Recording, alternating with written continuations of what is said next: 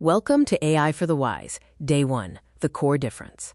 As a software trainer with a software engineer perspective, I'll be guiding you through this video.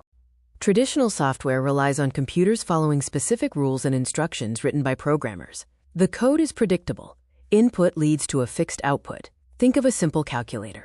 Artificial intelligence is different. AI learns from examples, finding patterns in datasets, and machines teach themselves. Data drives the decisions, such as AI observing many images to recognize a cat. The core difference is rules versus examples. Standard logic uses if X, then do Y, where a human provides the logic. AI learning involves the computer discovering X and Y, meaning the machine provides the logic. From the Wise perspective, your experience is your superpower, because you already understand patterns.